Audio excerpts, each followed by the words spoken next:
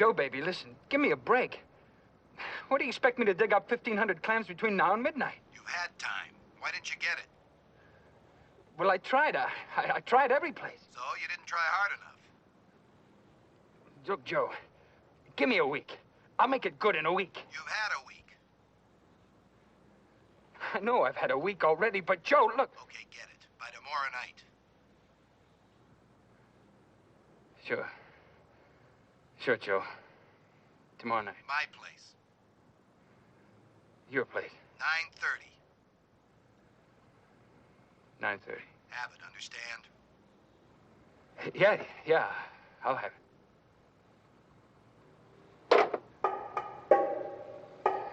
Somehow.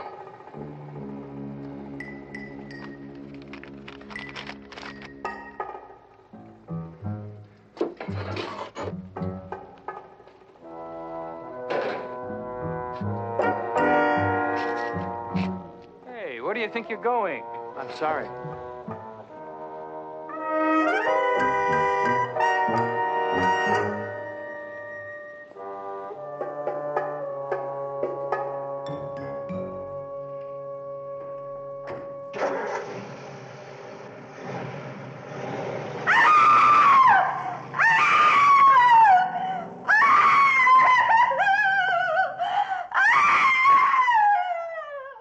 A compulsive killer of women stalks a town. This man has seen the killer. He doesn't know it yet, but as sure as my name is Boris Karloff, he will meet the killer again and will recognize him. You or I would turn him in, but this man uses the murderer for a most bizarre purpose. Knock 312. That's the name of our story.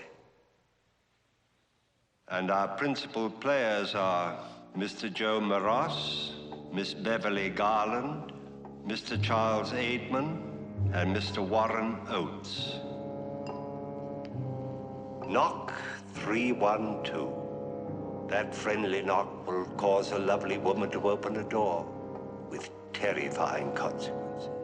Let me warn you, ladies, if you hear that knock in the next hour, do not open your door.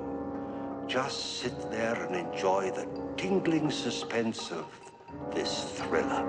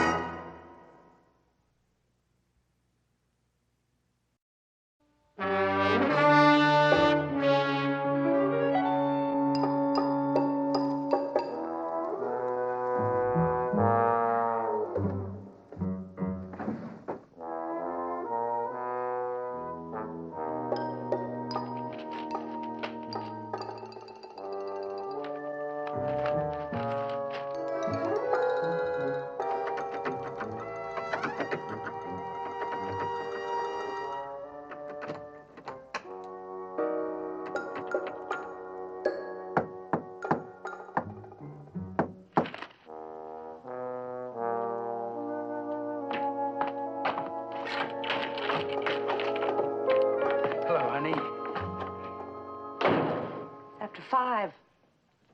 Where have you been? All last night, all today? I've got to talk to you, Ruthie. Well, then talk. Look, can you call the restaurant and tell them you're not coming in tonight? What for? Are you going to take me out in the town?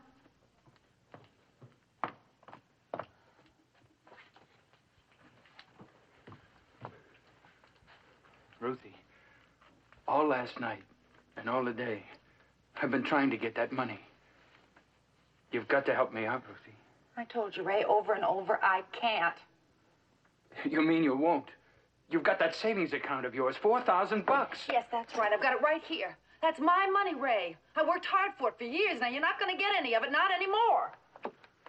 Well, am I your husband or what? I don't know. You tell me. Night after night, one bar to another, you're never home. I'm a liquor salesman. How do you expect me to sell liquor if I don't go into bars? Is that why you owe those men $1,500 because you sell? Oh, no. You're gambling. In the back room of those bars. The poker, the horse races, the dice, night after night after night.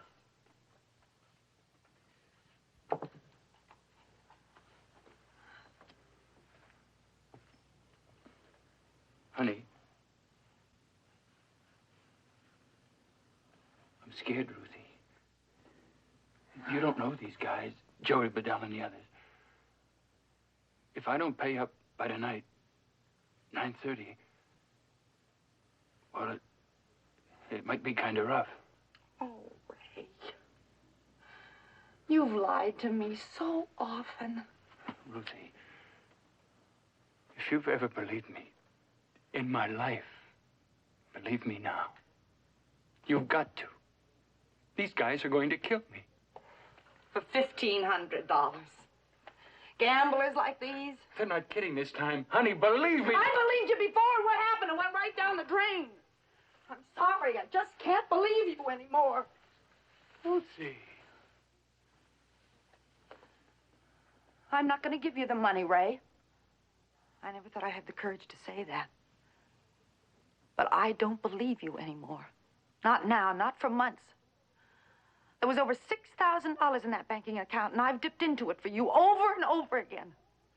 And it's always been the same. You've just been using it for your gambling.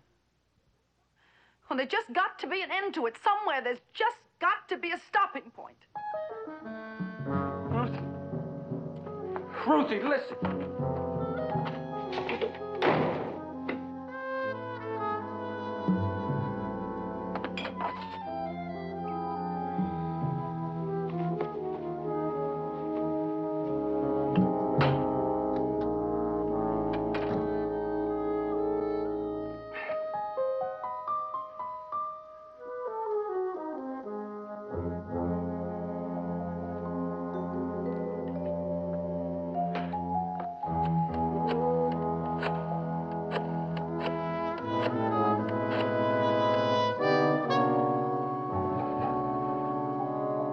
Hello, is Tom Keeley there? Hello? Hello, Tom, you old galoot. Long time no see. Who is this? It's Ray. Ray who? Ray Kitten, buddy boy.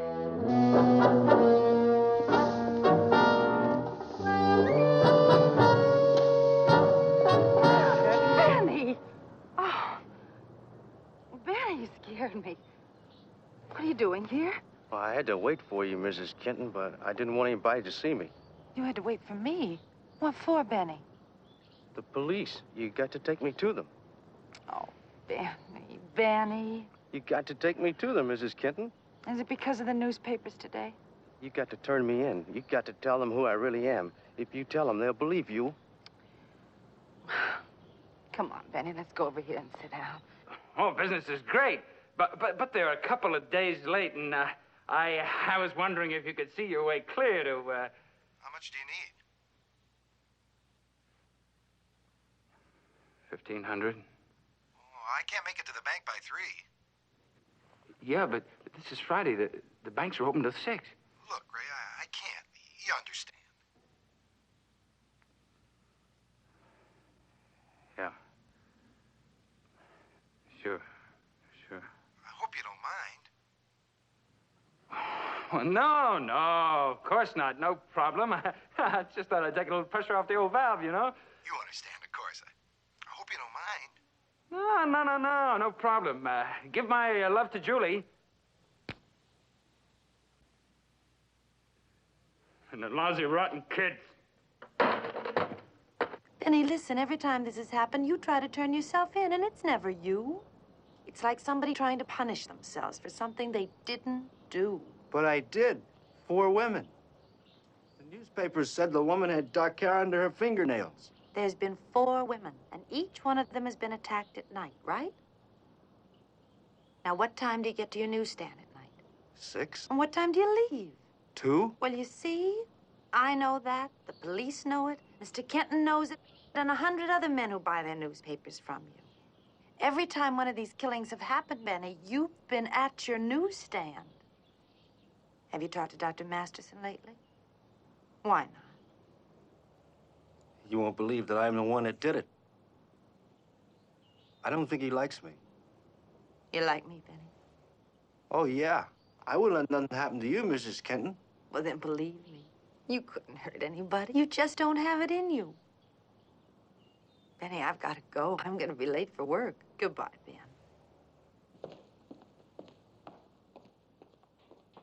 Hiya, Ruthie. A little early. Come in. Oh, Ruth. How come you're so early? It's nowhere near 6 o'clock. I wanted to talk to you for a minute. Sure, sure. Come on, sit down.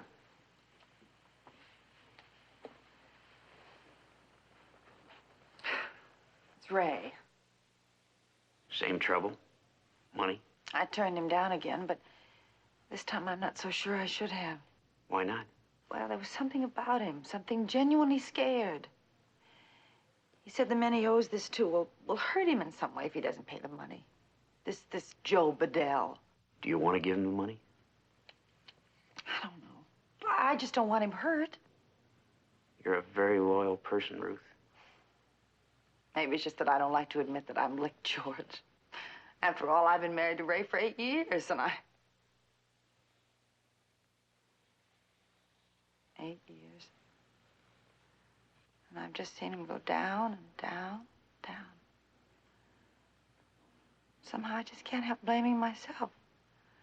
It's like somewhere I've done something wrong. Failed him somehow. It's like a man who's drowning and keeps calling for help, and you just don't hear him. All I want is a little help in advance on your orders. $1,500 worth? I'll make it good. I don't like it, Ray. You're in some kind of a jam. Whatever it is, I don't want any part of it. I'm sorry. Okay. Sure, Charlie. Thanks anyway. On the house, Ray. You don't have to buy me any drinks.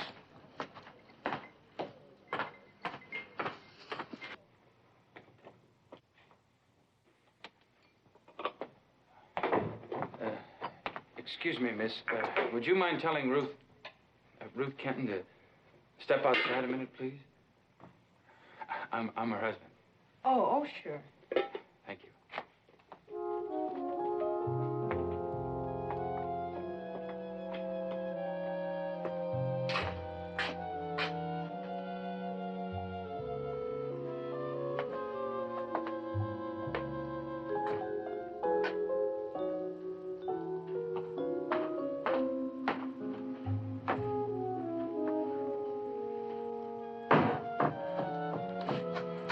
Hello, Ray. Ruthie, I'm sorry about this afternoon. So am I, Ray. Is that why you came? Yeah. Oh, Ray. Oh, Ray. Oh. Oh, I wanted this so much. Me too, honey. Just hold me. Hold me. It's been so long. We're silly. Oh, so silly.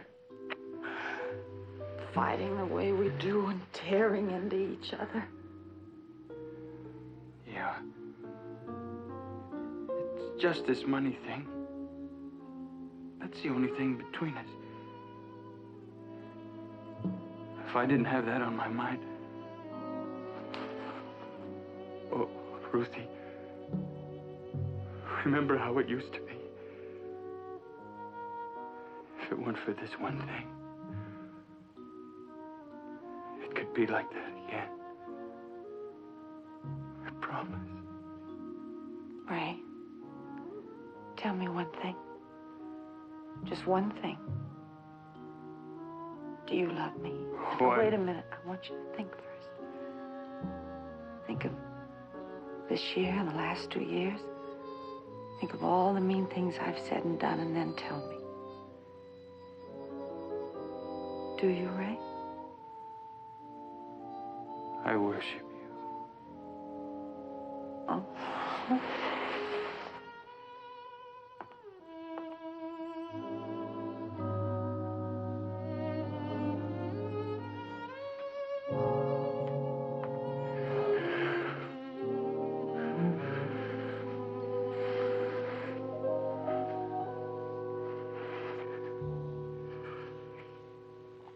Ruthie,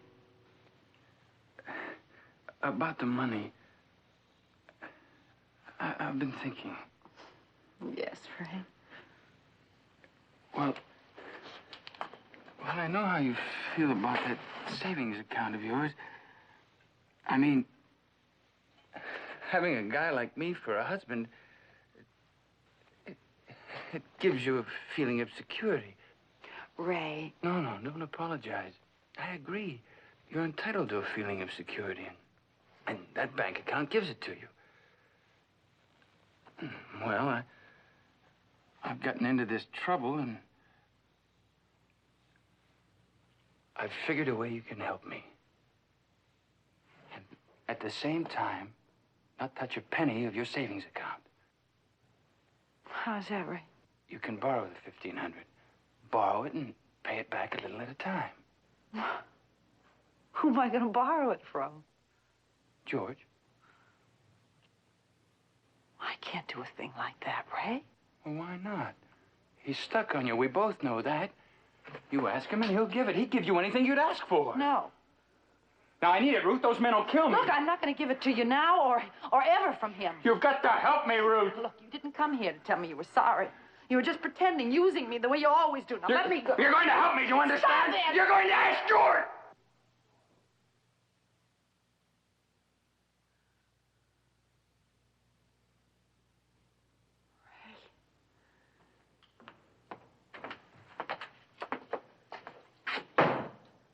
Everything all right out here?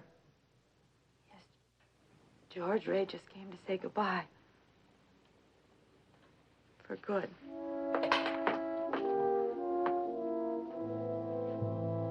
I'm sorry, Ray. I know this can't be very easy on either one of you. Good night, Ray.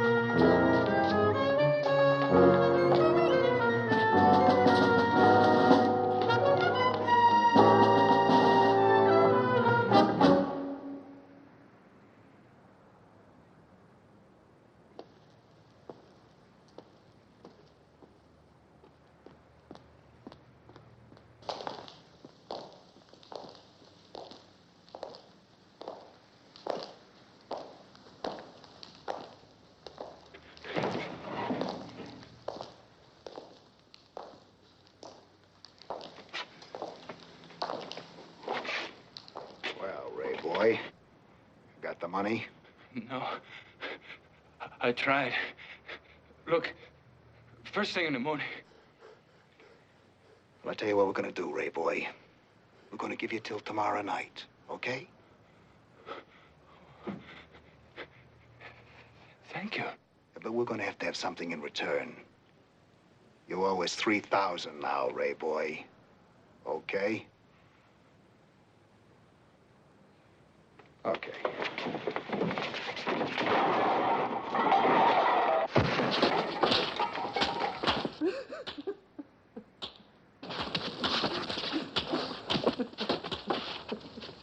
That's enough.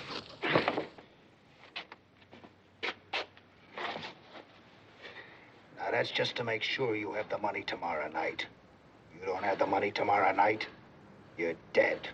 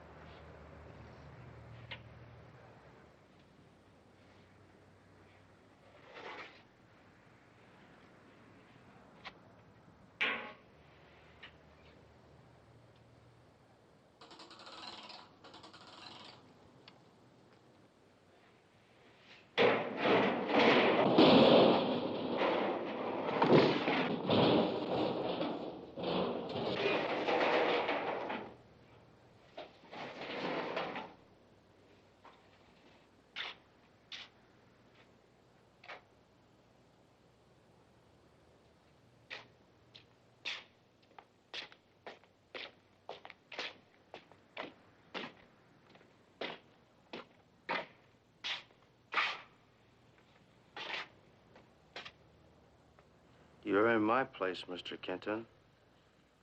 I found you in an alley. Down there.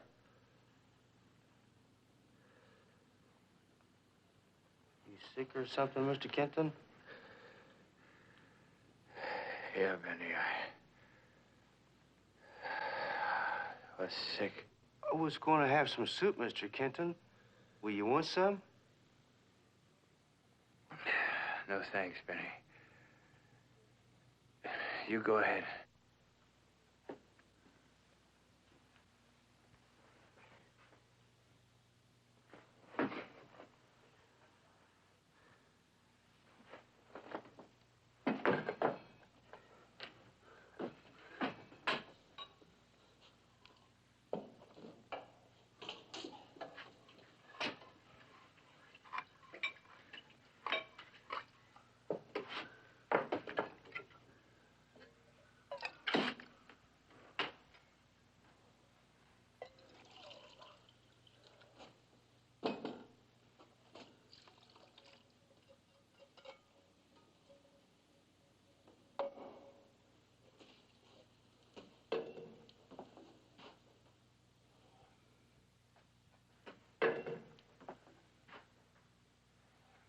Benny, you should stop collecting these things. What things? These stories about the guy who's been going around harming women, killing them. I have to, Mr. Kenton. Why? I just have to. I like to read about myself. But, Benny, you are not that man. Oh, sure I am. The only trouble is, I don't remember it when I'm doing it. It's only afterwards, when I read in the papers, that I know I've done it again. Benny, the times you've gone down to the police station and confessed, they made you talk to a doctor, didn't they? Oh, sure. The last time I would... Oh, I told Mrs. Kenton about that. And you haven't seen him since?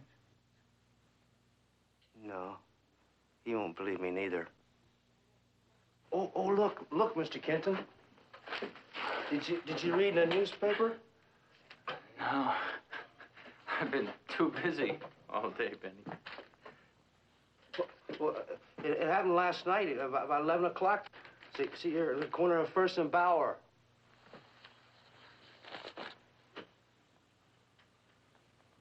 Boyer and First. Boyer. I was right there about 11. In a phone booth. That guy that bumped into me. Long hair. The woman had long hair under her fingernails. I got long hair, Mr. Kenton. So do a lot of people, Benny. Your soup's hot. Oh. I guess I'd better be going, Benny. Thanks for the help. You sure you want to stay for some soup, Mr. Kenton? It's got pieces of chicken in it. No, thanks, Benny. Benny, if I were you, I think I'd go see that police doctor again. Good night, Benny. So long. Doctors. What do doctors know? Nothing.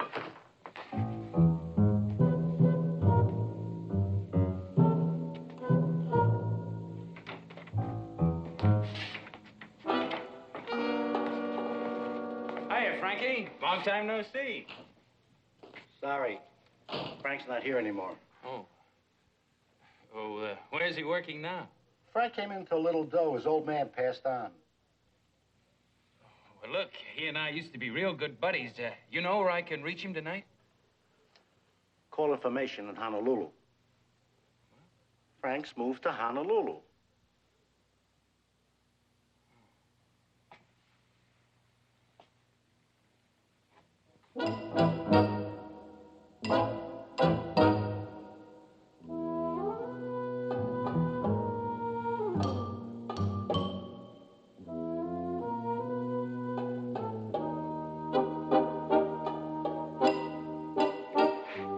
What'll it be, friend? Bottle of beer, please.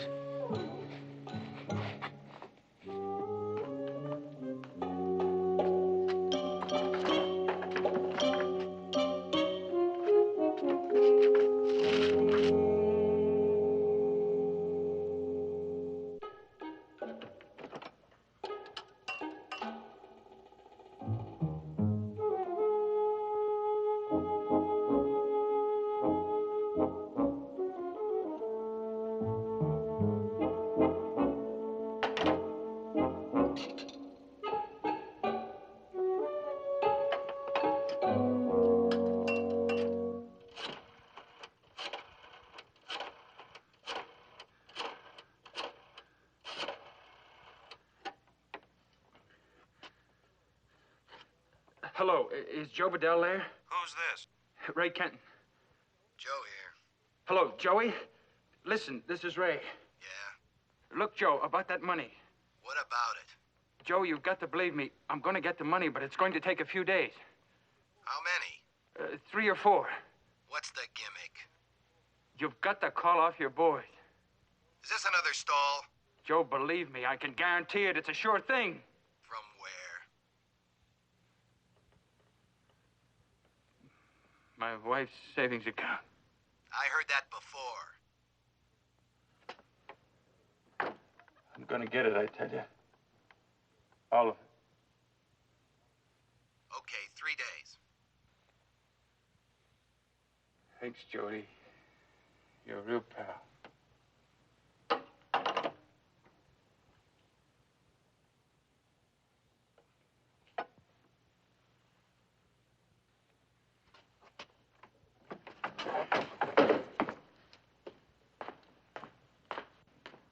Let me have a beer, bartender. Draft. Hi. The name's Ray Kenton. I'm glad to meet you, sir. I can't stand drinking alone. Can't stand being alone, for that matter. I guess that's why I became a salesman, seeing people all the time.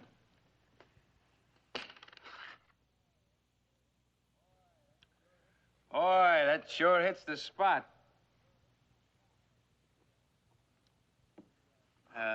You do much traveling? I do.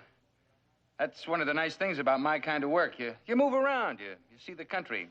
Like tonight, for instance, I'm meeting my boss in 45 minutes. Are you married?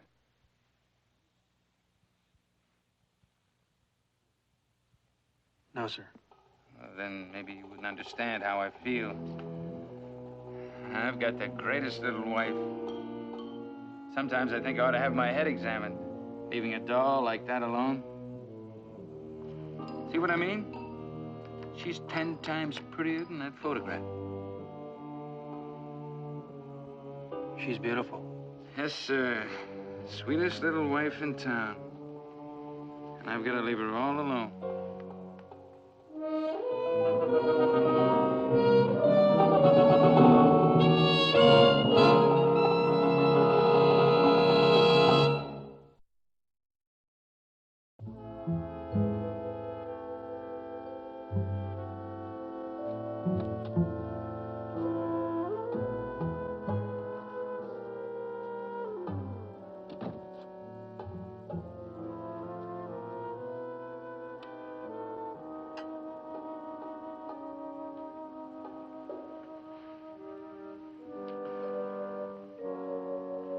How you feeling? Oh, fair. In a little while, I'll take you home. It was silly for me to get so upset. George, I hate to keep bothering you with my troubles, but it is nice to have somebody nearby. I wish I could make things a lot easier for you. You do? Just by being yourself. When you're ready, I'll take you home. I'll be right over here at the desk. Okay.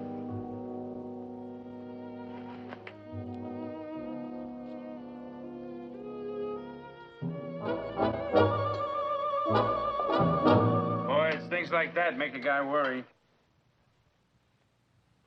I still don't feel easy leaving her, even though I've got this bolt that thick inside the front door. Oh, thanks. Well, pumps.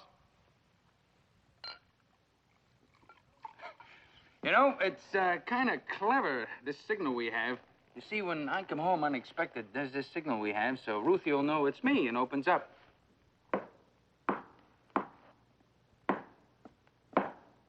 Like that. 312.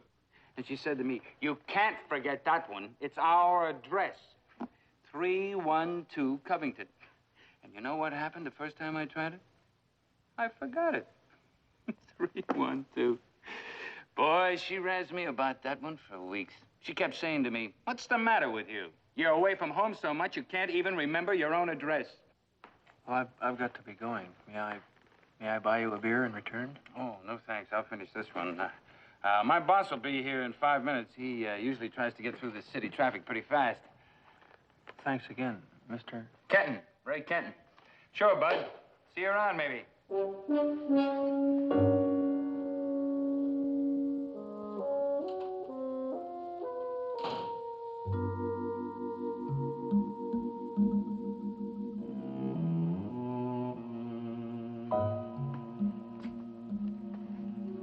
What's the matter, Bud?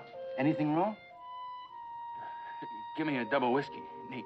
On top of all that beer? Kind of puts a cap on the evening. Okay, but the evening's almost gone. And we close in a half hour. Oh? Yeah, we always close at midnight. But I thought you stayed open till 2, like all the other bars. In this neck of the woods?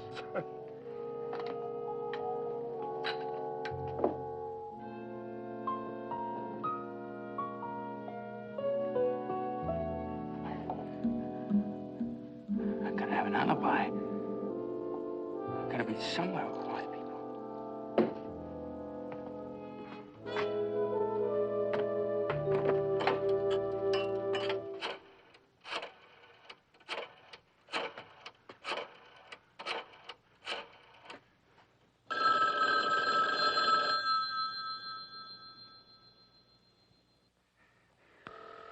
Benny, come on, answer it.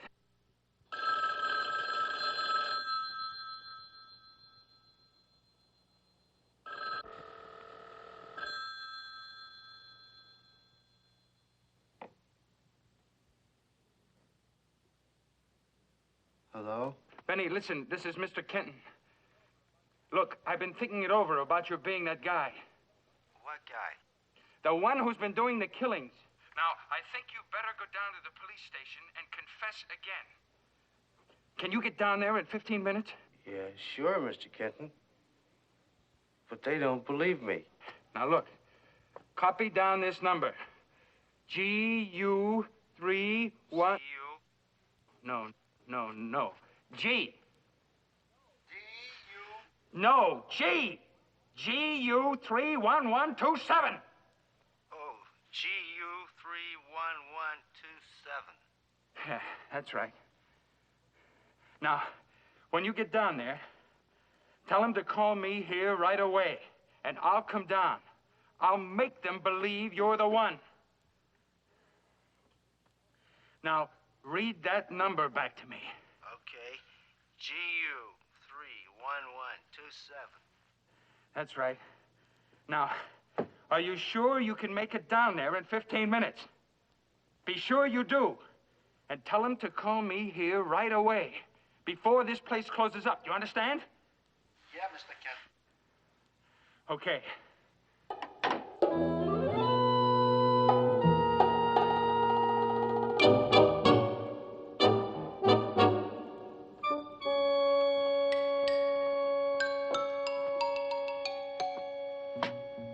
Look, mister, are you sure you want that drink? Sure, why not? I don't know. Look at you. You're dripping wet.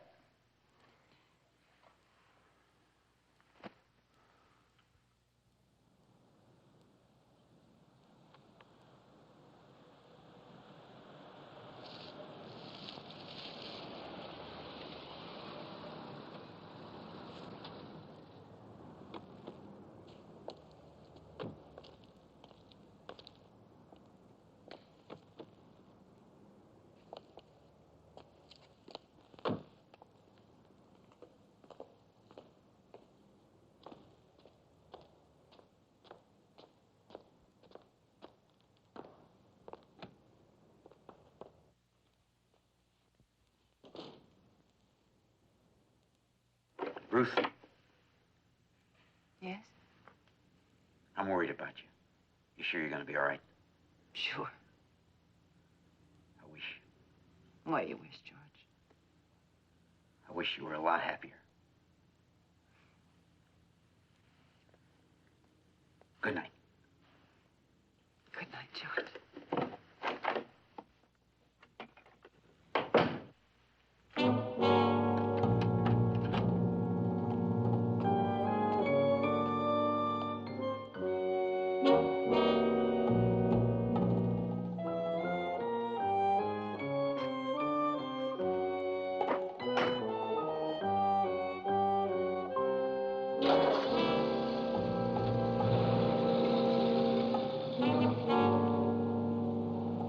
Just one more. Besides, I'm waiting for a phone call. We've got 10 minutes. Okay, it's your funeral.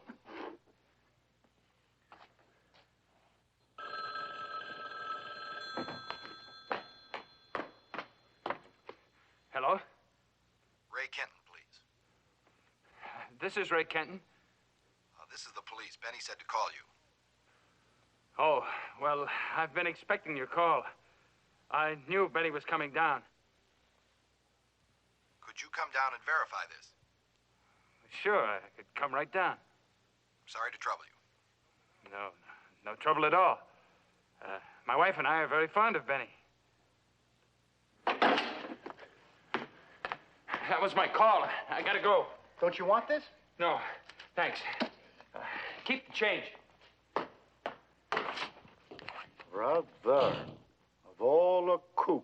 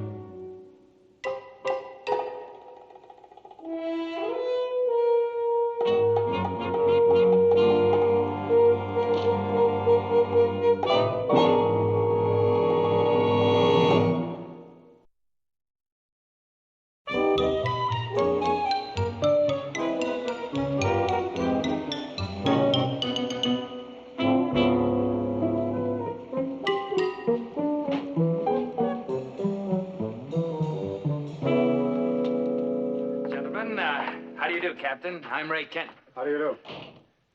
Hello, Benny. What's the matter? Up to your old tricks again? He's a great kidder. Aren't you, Benny? They won't believe me, Mr. Kenton. They won't, Benny? No. You said you could prove it to them. Mr. Kenton, he's a friend of mine. Aren't you, Mr. Kenton? Mr. Kenton, go ahead and tell him. Go on, tell him how I did it last night. Go ahead. Well, why don't you tell him, Benny? Okay. Well, it was this house on Boyer Street. And I hid there in an alley in the dark there. What time was it, Benny?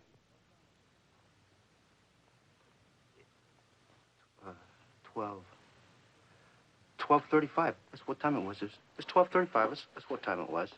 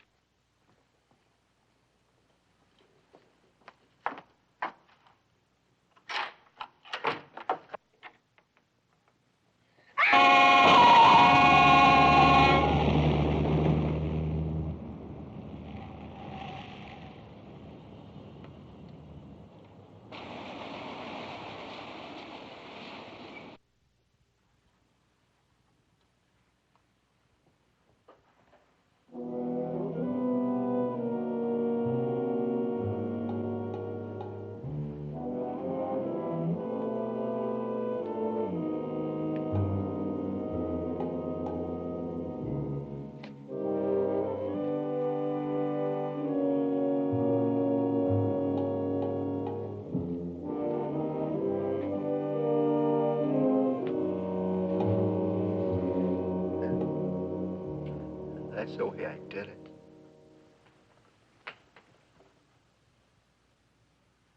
Now you got to punish me. You got to punish me. He's never been this bad before. He believes it. It was what I was afraid of. That's why I tricked him into coming down here tonight. I think you better call a police psychiatrist. Listen to me, Benny. Benny, are you listening? Now, you gotta believe me. You're not the one. Not even if you think you are. That woman wasn't killed at 12:35. She was killed about 11 o'clock. She wasn't killed with a walking stick. Why the walking stick, Benny? Because. Because why? Because it was his. Whose? I don't know. I don't know.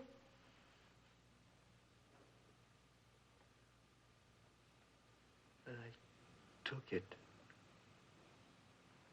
And I hit her. And hit her. And I hit her. And I killed her.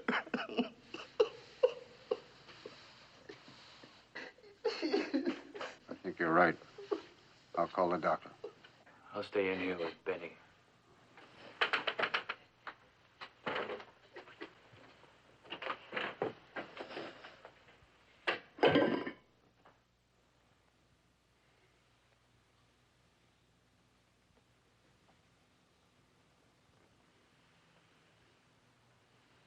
You promise me,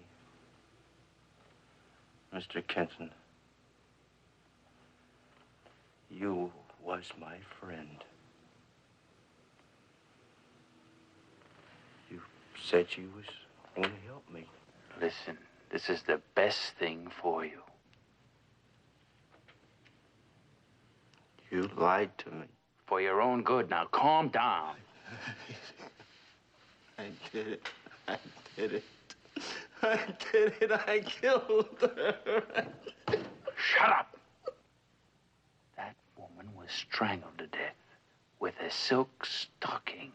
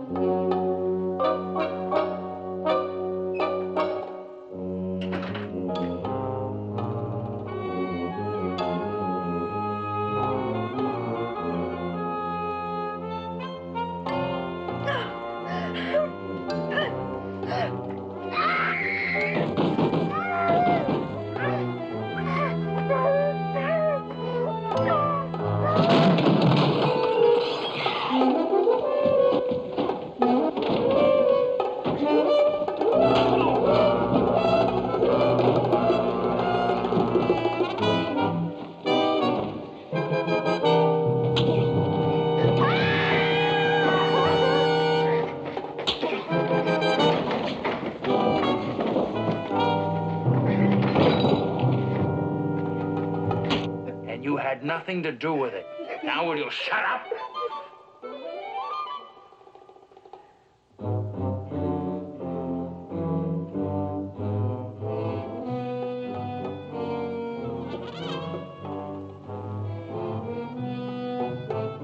All right, Doctor.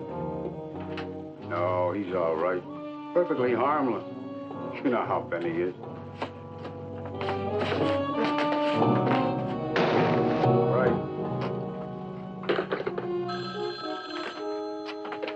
Tracy? Yes, just a cat for you. Yeah? Yeah, speaking. You what?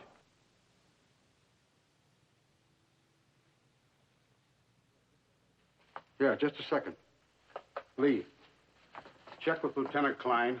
Take a squad car over to 312 Covington. Apartment 1. George Meekus, you know the fellow runs the restaurant? He thinks he's got the guy we've been looking for. Hello, George. Who is the woman? Mrs. Kenton. Well, we've got Kenton here now. No, just Benny again. Is she all right? Yeah. Sure. I'll tell him. Thanks, George. Well, if that don't beat all.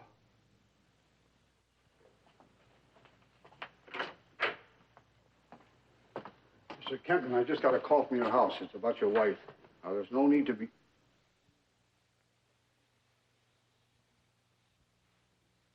Mr. Kenton.